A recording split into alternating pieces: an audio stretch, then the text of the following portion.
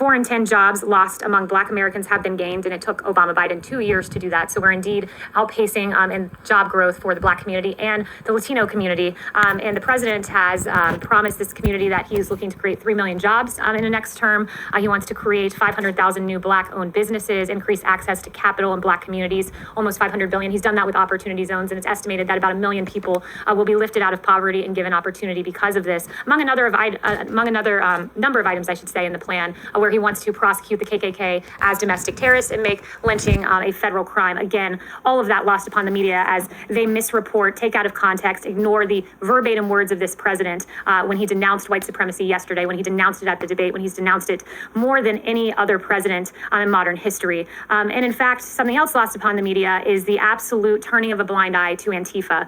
Carrying the water for Democrats, the media, it apparently agrees with Jerry Nadler that Antifa violence is a myth. In August Senate hearings, Democrats refused to condemn Antifa. Again, no journalistic curiosity here, despite the fact that Andy Ngo, who was a victim of Antifa, said Democrats, he should add the media too, have mastered the art of making its violence appear innocuous. Their violence isn't innocuous. Antifa is not an idea. Andy Ngo can tell you that because he was beaten by a group of protesters, Antifa protesters, suffering brain bleed. Another man can tell you this, who in 2019, the victim, his name was Adam Kelly, suffered from a concussion and got 25 staples in his head, but still silence from Democrats, ignoring this group from Democrats. And in fact, as we just saw recently, there was a Trump supporter who was killed by a 100% Antifa man. That is how he described himself.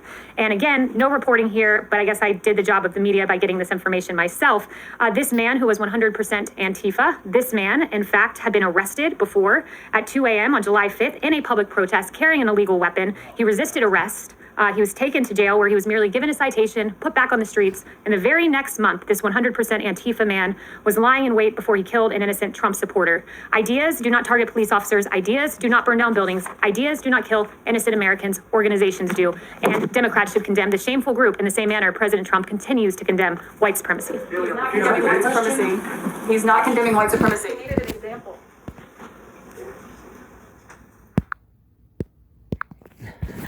So after all that, so he's not condemning white supremacy. It's like they're deaf, dumb, and retarded. Huh. That should be the slogan for liberals.